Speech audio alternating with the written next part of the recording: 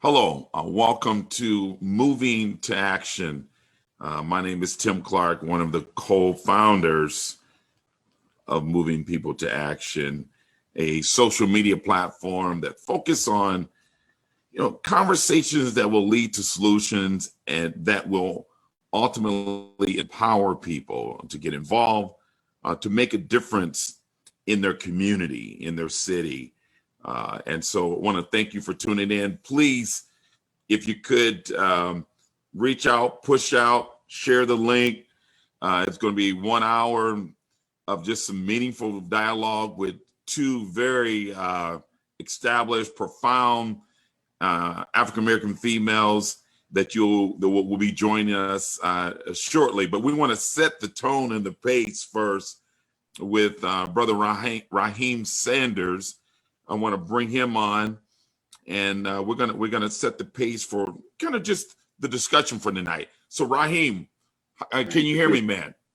I can hear you pretty good. How about yourself? I'm good. I'm good. Well, hey, you're kind of I kind of consider you one of our master contributors. Not just contributors, but master contributor. So when we think about, I know last month, our last town hall, we really focused on business women, Black business women. And this segment is going to focus on really looking at our profound history, contributions of Black women here in the United States that really had an impact on the world. Mm-hmm. Indeed. The power of just that Blackness in terms of females. So as we lay out the discussion for tonight, from your circle, from your reach, talk to me, brother. I know you love African queens. Talk to me about the state of the Black woman, and so we can really couch this conversation as we bring on our panelists. All right. So again, thank you for having me on. And before I start getting into any of my opinion or perspective, I want to take the time to say thank you, God, for the Black woman. Because without the Black woman, oh man, I'm trying to tell you, this world will be something else. But no matter, the types of impact that the Black woman has provided, not only to Black people as a whole, but as an impact for the entire world, there were a lot of social structures. There have been a lot of social structures that have put Black women at a disadvantage. And no matter the social structure, historically, Black women have always risen to the challenge. Even a little bit over a century after the 19th Amendment was ratified, Black women are still on the forefront fighting for voting rights and all different types of rights and access within America. But only recently, Black women have been beginning to receive that credit for what they've done to impact not only society today, but how the movement has progressed over these last couple of years. I mean, historically, Black women, again, have made a major impact on a lot of people's lives. But one of the things that I like to tell people, the future is female. So one thing that you probably know, maybe don't know, is that women of color will be the majority of all women in the United States by 2060. So the future is female. So as we look forward, there's a lot of potential for the Black woman in terms of further. Hey, you told me 2060. 2060, brother. I think they're ruling now, but 2060 they're gonna be really dominating. Man, you better watch out. But even with that type of trajectory, there's still some factors, some social structures that's holding, providing some challenges to Black women. There's 6 of them that's most important. Political participation, although Black women have been the trailblazers of the political movement and representation within our political infrastructure. Let's just look at Congress. Out of the 90-something women in Congress, only 14 of them are African-American women.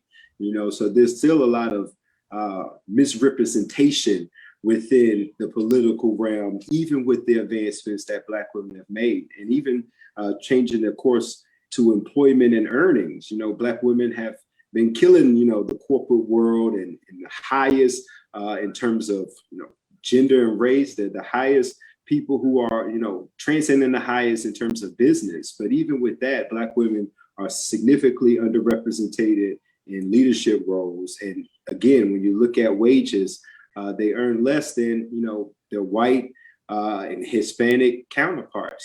So, I mean, there's, again, in that employment, that corporate realm, there's a lot of challenges. And then we switch gears to work and family. I know a lot of people, I know a lot of people personally, where the Black woman is the cornerstone of that family.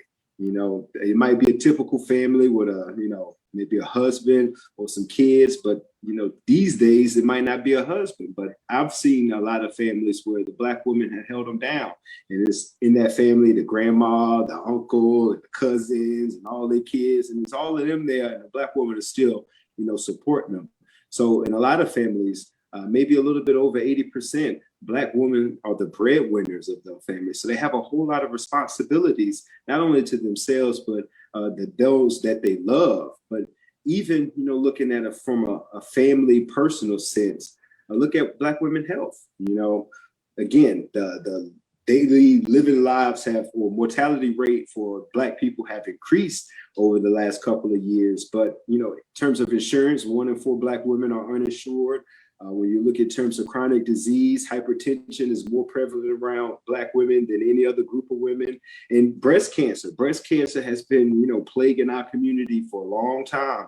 And that's something that, hits really, really hard when it comes to Black women. And then the last two I like to point out is violence and safety, and poverty and opportunity.